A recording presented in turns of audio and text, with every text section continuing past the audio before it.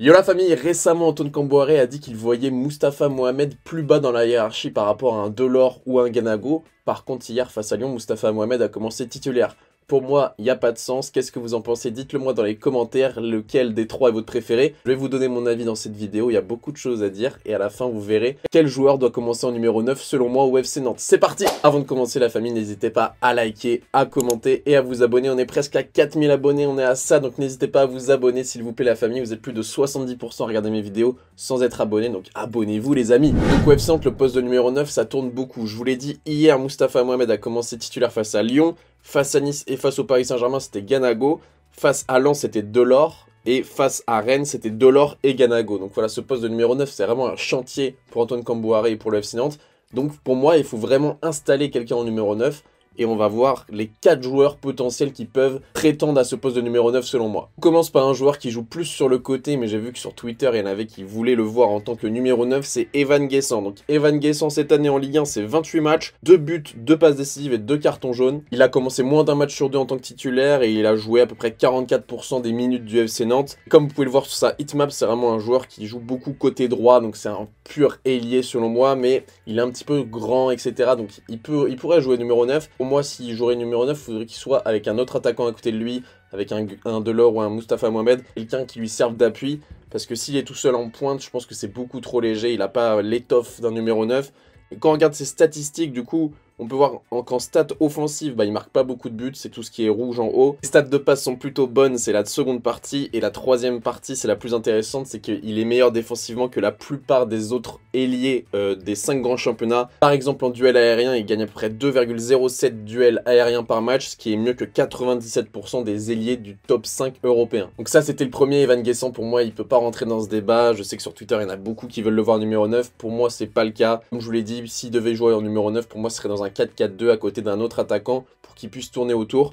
Moi, je préfère Evan Guessant côté droit. Je pense que la majorité, vous êtes d'accord avec moi. Le deuxième joueur dont on va parler, c'est Ganago, un joueur que j'ai adoré du côté du RC Lens. Pour ceux qui suivent ma chaîne, vous savez que le RC Lens, c'est une équipe que je suis pas mal en Ligue 1, que j'aime beaucoup regarder leurs matchs. Ganago, dernièrement, il a marqué face au Paris Saint-Germain. Malheureusement, il a dédié son but à sa fille qui vient de décéder, je crois qu'il avait 4 ans. Donc, grosse force à toi, Ganago, si tu passes par là, on sait jamais. Très triste, hein, forcément. En termes de Ligue 1, cette saison, c'est 24 matchs, 4 buts, 3 passes D. C'est plutôt des stats correctes parce qu'il a 43% seulement de titulaire, 48% de minutes jouées et 18% de participation de but. C'est à peu près similaire à Evan Guessant. C'est un joueur qui dézone beaucoup. Lorsqu'on regarde sa hitmap, là, vous voyez que c'est un joueur qui dézone beaucoup, notamment côté gauche. À Lens, il jouait notamment plus ailier que buteur. Pour moi, c'est un petit peu le même problème qu'Evan Guessant. Ganago, si tu veux le mettre numéro 9 au FC Nantes, dans la composition d'Antoine Camboire, donc soit dans un 3-4-3, soit dans un 4-2-3-1. Pour moi, il faudrait le mettre tout simplement dans un 4-4-2. Il a besoin de quelqu'un d'autre à côté de lui. C'est pas un vrai numéro 9, Ganago. C'est quelqu'un de généreux, de mobile, qui fait beaucoup d'efforts. Mais pour moi, il a besoin d'un autre attaquant à côté de lui. Et je préfère largement Ganago sur le côté gauche, comme au RC Lens. Je pense que vous, à peu près, c'est pareil. Je pense que le débat, il se situe plus dans les 2 prochains joueurs dont on va parler. Juste avant, on regarde les stats de Ganago. On peut voir du coup qu'il n'y a pas grand chose de vert. En termes de passes décisives, il a 0,2 passes décisives par match, donc il fait une passe décisive tous les 5 matchs à peu près, ce qui est mieux que 78% des autres attaquants du top 5 européen. Et sinon, une autre stat qui est bonne, c'est les duels aériens. Il gagne 2,7 duels aériens par match, ce qui est mieux que 73% des autres attaquants du top 5 européen, donc dans les 5 grands championnats. Voilà, Ganago pour moi et Guessant, ils ne rentrent pas dans le débat. Pour moi, ça doit plus être des joueurs soit qui rentrent en cours de jeu, soit des joueurs qui commencent sur le côté. Mais je ne veux pas les voir en tant que titulaire en numéro 9 au FC Nantes. D'ailleurs, Ganago, lorsqu'il a marqué face au Paris Saint-Germain, c'était dans un système à 2 pointes. Ludovic Blas jouait un petit peu plus haut, c'était 2 faux 9 qui jouaient quand même assez bas. Donc voilà, tout ça pour dire que Ganago, pour moi, il a besoin d'avoir un autre attaquant à côté de lui. Troisième joueur dont on va parler, c'est Mustapha Mohamed, qui est le meilleur buteur du club avec Ludovic Blas, avec 6 buts. Mustapha Mohamed, c'est un joueur qui est prêté malheureusement par Galatasaray. Il y a une option d'achat à 6 millions, donc on verra en fin de saison si le FC Nantes la paye ou non, sachant qu'ils viennent d'acheter Delors. Enfin, ils ont l'option d'achat à payer en fin de saison pour Delors. C'est un petit peu compliqué, je pense, de prendre les deux. Donc, Mustapha Mohamed, cette saison, c'est 28 matchs, 6 buts et 3 passes D, 50% de 11 de départ, 57% de minutes jouées, 30% de participation de but, c'est-à-dire qu'un but sur 3 vient de Mustapha Mohamed, soit d'un but, soit d'une passe décisive, tout simplement. En termes de hitmap, là, on reconnaît plus la hitmap d'un numéro 9 nantais. Voilà, il est présent dans la surface, mais il est aussi présent à la construction du jeu. Vous le savez, le FC Nantes, c'est une équipe qui joue plutôt en bloc bas aussi. donc tu es obligé de revenir défendre. Là on voit vraiment que c'est une hit map de numéro 9, on le voit aussi revenir sur les corners dans sa propre surface. Voilà, c'est un joueur qui va beaucoup dézonner sur le terrain, c'est un joueur qui est très disponible, très généreux, qui n'a pas peur de faire des efforts. Et ça, je trouve que c'est très intéressant pour un numéro 9 nantais. Pour moi, c'est le même profil que Delors, on verra ça par la suite, mais c'est des joueurs qui ont besoin de courir, c'est des joueurs qui ont besoin de se dépenser tout simplement pour aider leur équipe à récupérer le ballon haut, puisque le FC Nantes, leur but, c'est de récupérer la balle et de faire des transitions, notamment via du Ludovic Blas, du Moses Simon. Et voilà, pour moi, c'est typiquement le profil d'attaquant parfait pour le FC Nantes. En termes de statistiques, par contre, là, ça fait moins rêver. Tout ce qui est offensif en haut, vous voyez que c'est très faible. Il a moins de 50% par rapport aux autres attaquants. Donc, il est plutôt dans la deuxième partie des attaquants des 5 grands championnats.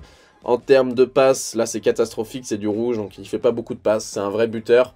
Par contre, en termes de récupération de balles, vous pouvez voir que c'est que du vert. Donc, il fait 0,75 tacles par match.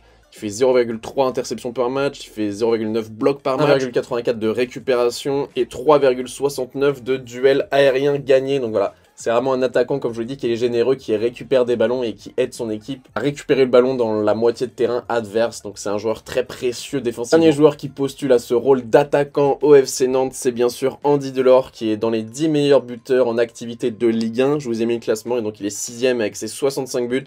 Le premier, c'est bien sûr Kylian Mbappé. Lors de cette saison, Andy Delors, du coup, a joué 20 matchs pour 6 buts et une passe décisive en Ligue 1, 39% seulement de 11 de départ, 39% de minutes jouées et 22% de participation de but. Ça mélange les stats de Nantes et de Nice.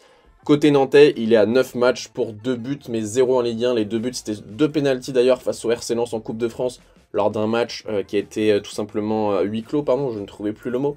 Et du coup, là, Delors n'a toujours pas marqué en Ligue 1. On attend son premier but en Ligue 1 pour essayer de prendre confiance et montrer aux Nantais qu'il peut vraiment apporter pour cette équipe. Il faut savoir que c'est un prêt de Nice avec une option d'achat obligatoire en cas de maintien du FC Nantes. On croise les doigts pour vous, mes amis nantais, on espère que vous allez vous maintenir. Si ce n'est pas le cas, si vous descendez en Ligue 2, Delors retournera à Nice tranquillement sur la Côte d'Azur. La map de Delors, elle est sensiblement la même que Mustapha Mohamed, on dirait à peu près la même. Présent en tant que numéro 9, présent en décrochage. Logique, quand tu joues à FC Nantes, faut forcément décrocher. Par contre, les statistiques, ça n'a rien à voir. Vous pouvez voir qu'offensivement, il y a du vert. Il marque plus de buts en dehors des pénaltys que 84% des attaquants et il tire 3,45 fois par match, donc ce qui est mieux que 87% des attaquants des 5 grands championnats. Par contre, lorsqu'on descend défensivement, c'est moins bon. On peut voir qu'il y a moins de vert que Mustapha Mohamed, notamment les duels aériens, 3,36, c'est sa meilleure stat, donc il est meilleur que 80% des attaquants. Par contre, en tacle, c'est catastrophique, il est dans les 25% les pires. Pareil pour les interceptions, il est dans les 53% les pires. Pareil pour les blocs, dans les 3% les moins bons d'Europe.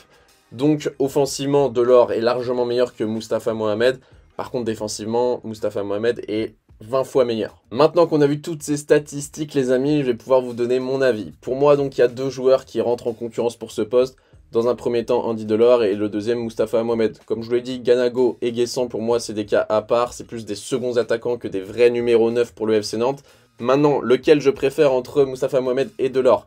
Vous avez vu que c'est des profils en termes de jeu qui sont plutôt similaires. Par contre, Mustapha Mohamed est largement meilleur en termes d'attaquant, de récupération. Et Delors est largement meilleur en termes d'attaquant pour marquer des buts. Qu'est-ce qu'a besoin le FC Nantes? Pour moi, ça dépend des rencontres, tout simplement. C'est-à-dire que face à un Olympique Lyonnais, je trouve ça très intéressant de mettre un Mustapha Mohamed parce que c'est un mec qui va te récupérer les ballons plus haut. Donc pour des équipes où je pense que Nantes doit jouer le match nul, typiquement, il faudrait mettre Mustapha Mohamed numéro 9.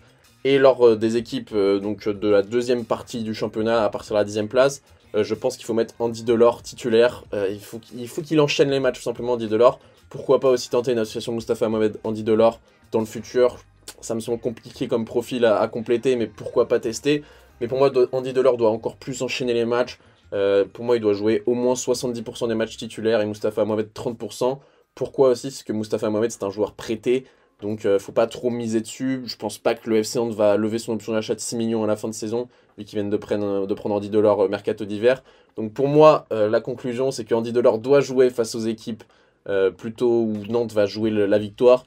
Et Mustapha Mohamed doit jouer face aux équipes où Nantes joue plutôt le match nul. Dites-moi si vous êtes d'accord les amis, je pense que ma réflexion est plutôt bonne. Si vous êtes d'accord avec moi, vous mettez votre pouce bleu. Si vous n'êtes pas d'accord, vous mettez quand même votre pouce bleu et vous me dites en commentaire ce que vous en pensez. N'hésitez pas à vous abonner, on est presque à 4000 abonnés, ça régale la famille. Je pense qu'on a fait le tour de la question, on se retrouve très bientôt pour une nouvelle vidéo. C'était un plaisir de tourner cette nouvelle vidéo. Merci à ceux qui étaient présents hier en live pour débriefer Lyon FC Nantes, c'était un vrai plaisir, plus d'1 heure de live, on s'est régalé. On se retrouve très bientôt pour une nouvelle vidéo, c'était BR10, bonne matinée, bonne journée, bonne soirée, bonne nuit. Peace!